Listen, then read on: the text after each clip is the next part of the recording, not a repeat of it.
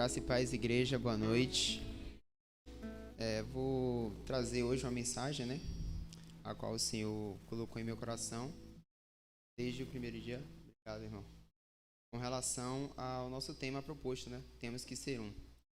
É um tema que, na verdade, a palavra, bem antes de ser mencionado o tema, eu já tinha lido e já tinha um certo norte com relação a ela, para estudo, não para pregação da palavra do Senhor.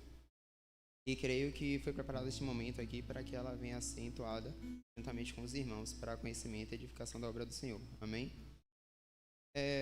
Peço que os irmãos de antemão abram suas Bíblias no livro de Efésios. Vamos fazer a leitura do capítulo 2 do livro de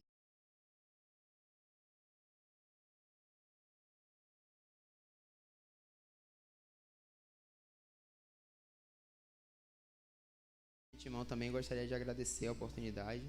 É uma honra estar aqui e também é um motivo de muita responsabilidade, trazer a palavra do Senhor para a igreja do Senhor. Os irmãos abriram sua Bíblia.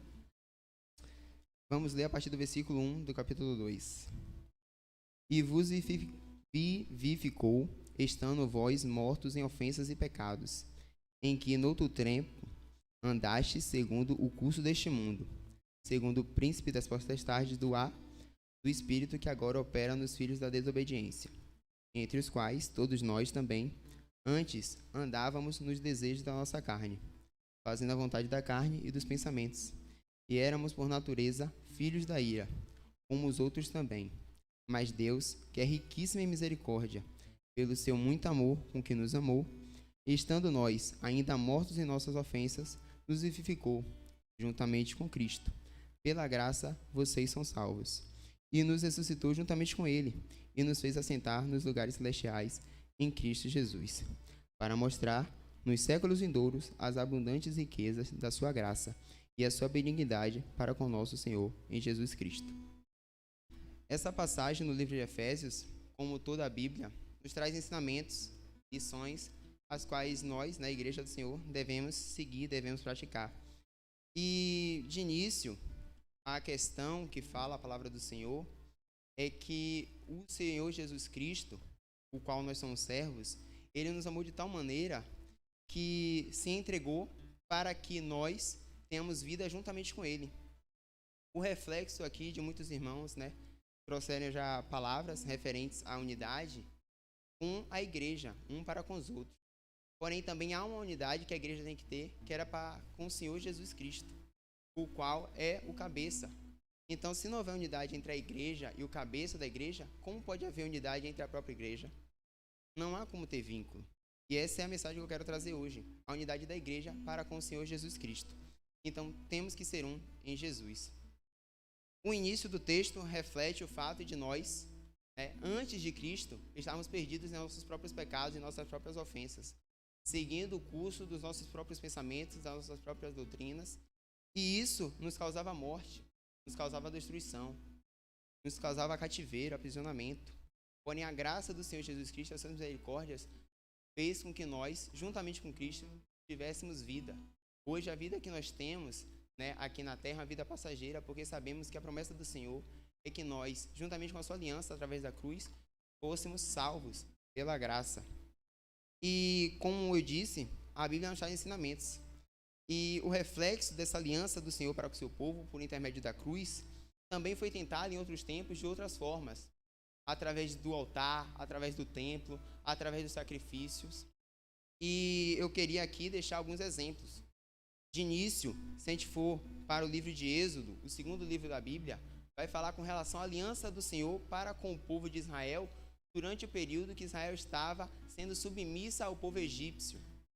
No Egito, Israel era escravo, era submissa. Israel vivia, uma vida medíocre pela sua condição de submissão. Porém, a aliança que o Senhor fez com o seu povo foi uma aliança de libertação, de livramento da mão daquele povo estranho.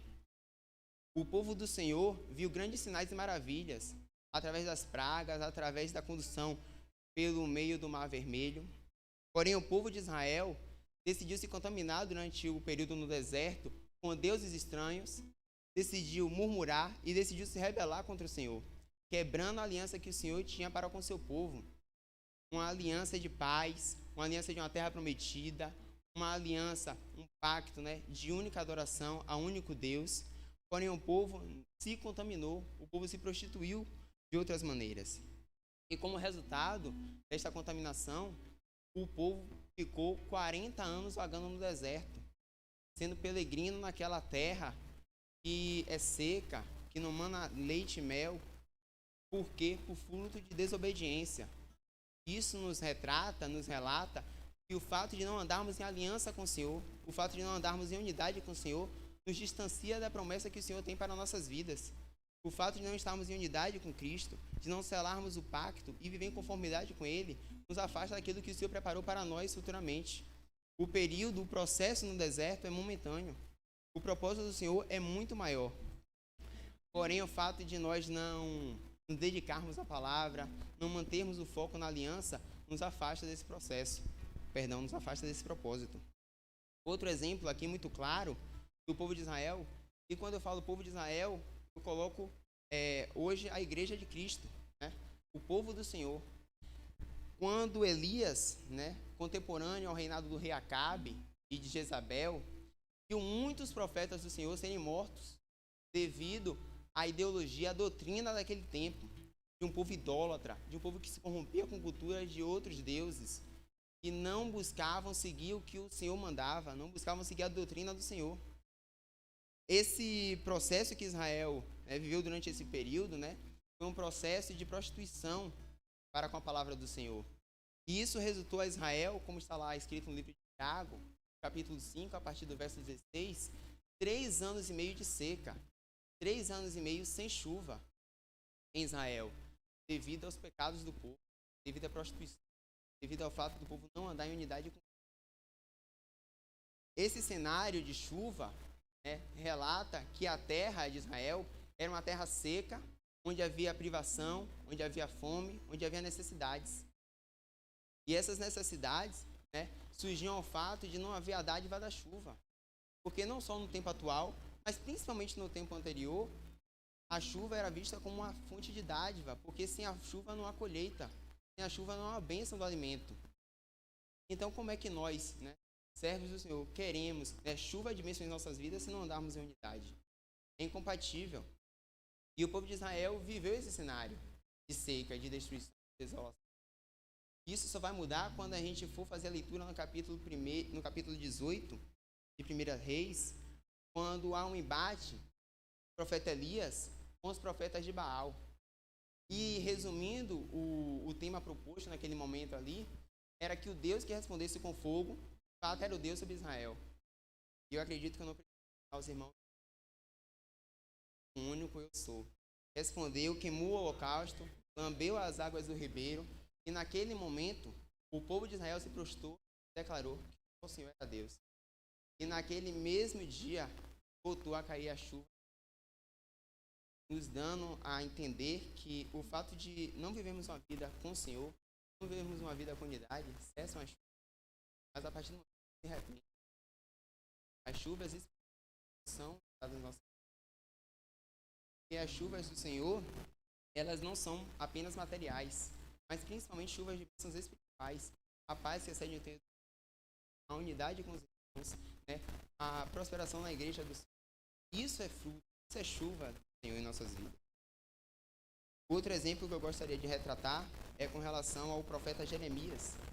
O profeta Jeremias, ele é antecessor ao período que Israel ficou submisso ao povo da Babilônia. Durante todo o livro do profeta Jeremias, há uma exortação ao povo para que se converta e volte aos caminhos do Senhor. E volte àquilo que o Senhor tinha ordenado. Essa é a ideia do livro de Jeremias. É todo o livro assim. Arrependa-se dos vossos pecados, que o Senhor vai reconstruir. Arrependa-se dos vossos pecados, que o Senhor vai agir. Porém, o povo não quis escutar. O povo não estava submisso à vontade de Deus. Não queria se submeter à vontade daquele Deus que tinha feito um pacto. E a não submissão ao Senhor fez eles caírem também na submissão. Porém, encontra um pouco estranho, os babilônios. A submissão de Israel para com a vontade do Senhor não foi aceita, mas eles foram subjugados pelo povo durante 70 anos. fato deles não andarem em unidade com Cristo, deles não obedecerem à aliança de Cristo, esse não tem significativo que tem uma vida sem unidade. É uma vida de visão, dedicar-se. Israel presenciou, viveu isso. Simplesmente.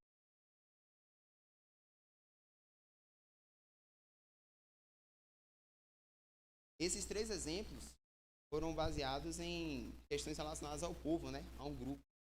Porém, agora eu vou destacar aqui em relação a um único indivíduo dentro de um grupo. Deixa eu só beber uma água, porque eu falo muito rápido e às vezes a boca...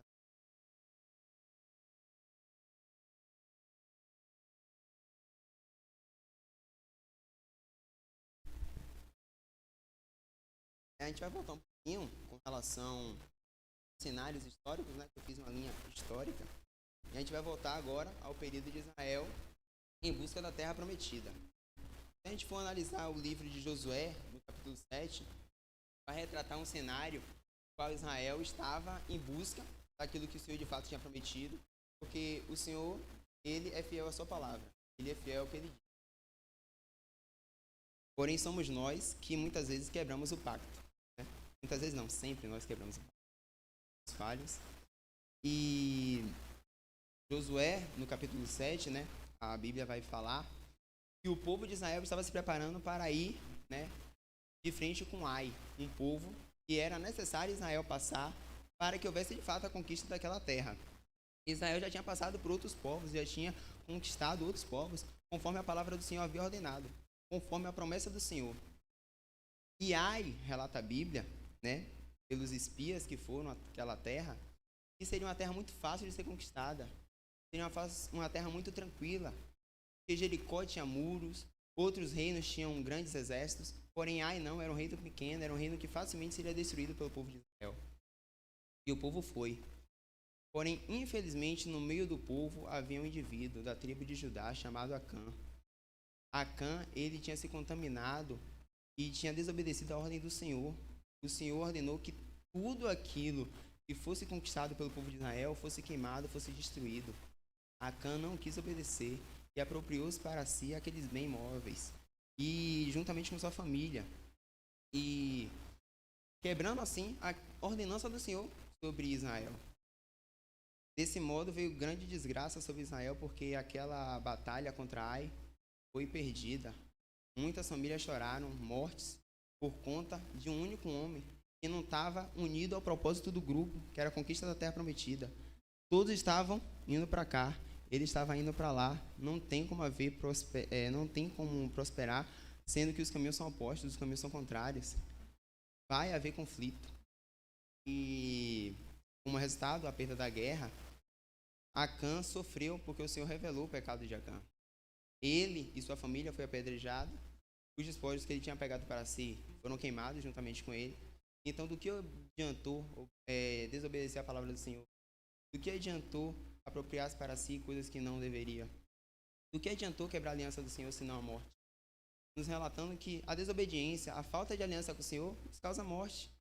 Ela nos causa a distância do propósito, ela nos causa prisão, ela nos causa a cessação de chuvas espirituais e nos causa morte. A falta de unidade com Cristo nos traz imensos malefícios. É só a gente reparar com relação à igreja do Senhor naquele tempo e com relação à da igreja agora. Porém, no mesmo capítulo de Efésios, que a gente fez a leitura, fala que Deus, que é riquíssimo em misericórdia, pelo seu muito amor com que nos amou, estando nós ainda mortos em nossas ofensas, nos vivificou juntamente com Cristo. O plano da salvação do Senhor, através de Jesus Cristo, foi o plano perfeito, que fez com que todos os dias as misericórdias do Senhor se renovassem em nossas vidas. Todos os dias a aliança do Senhor é renovada em nossas vidas. Todos os dias o Senhor renova a sua aliança para com o seu povo. E essa aliança, né, cabe a nós honrar ela. Cabe a nós decidirmos sermos um em Cristo. E esse propósito da cruz de Cristo é para que haja o que está escrito no livro de Efésios, no capítulo 4. Peço para os irmãos abrirem a partir do versículo 3. É uma rápida leitura.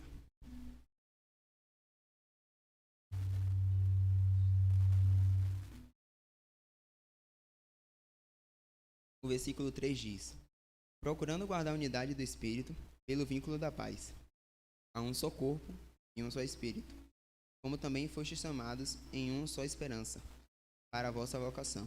Um só Senhor, uma só fé, um só batismo. Um só Pai, um só Deus, o qual é sobre todos e em todos. A ideia da cruz de Cristo é para que haja essa unidade. Um só corpo, uma só fé, uma só doutrina, um só Deus. Essa é a ideia de Cristo, né? Ele nos edificou para viver juntamente com Ele. Esse é o propósito do Senhor, a aliança. A aliança é esse vínculo, né, infinito entre duas pessoas, entre um casamento. E é isso que o Senhor quer de nós, né? E para finalizar, já que eu falei tanto os malefícios com relação, né, à aliança, vou falar aqui alguns exemplos, né, do que a aliança foi benéfica para o povo. Uma aliança pode ser benéfica para nós, a Igreja de Cristo. Se a gente for para o Antigo Testamento, temos lá no livro de Neemias, observar que uns eram construtores, outros eram os provedores, outros eram os sentinelas, os guardas. Note que cada um tinha uma função diferente, cada um tinha uma atribuição diferente, porém todos destinados a um único propósito, a reconstrução do muro. Todos haviam se prostrado para um único objetivo, para uma única missão. E deu certo, porque o Senhor abençoou, porque era propósito do Senhor aquilo ali. Então, o povo unido, baseado em um propósito, as coisas dão certo. A vitória vem, a cura vem, tudo o que o Senhor prometeu, de fato, vem quando o povo está unido. E outro exemplo é com relação à descida do Espírito Santo. Se a gente for abrir lá no livro de Atos, depois, o início do capítulo vai informar que estavam todos reunidos no mesmo lugar. Cumprindo-se o dia de Pentecostes, todos reunidos no mesmo lugar. O fato de todos estarem reunidos mostra uma junção, um numerado de pessoas juntas em um só lugar com um único objetivo, que era cumprir a promessa do Senhor, que havia ordenado, que os discípulos ficassem juntos após ficar a descida do Espírito Santo. Eles sabiam quando eles sabiam que em algum momento a promessa do Senhor ia se cumprir. E para que a promessa se cumprisse, eles tinham que estar juntos, no mesmo propósito, em unidade. E como todos sabem, no decorrer do capítulo de Atos, a descida dos apóstolos falam línguas das nações.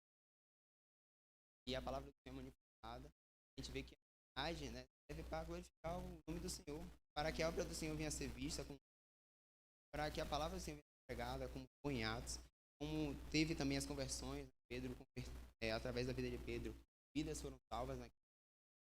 Almas foram salvas. E por fim, né, ia alertar que no fato de reconstrução do mundo, parar as nossas arestas, quer reconstruir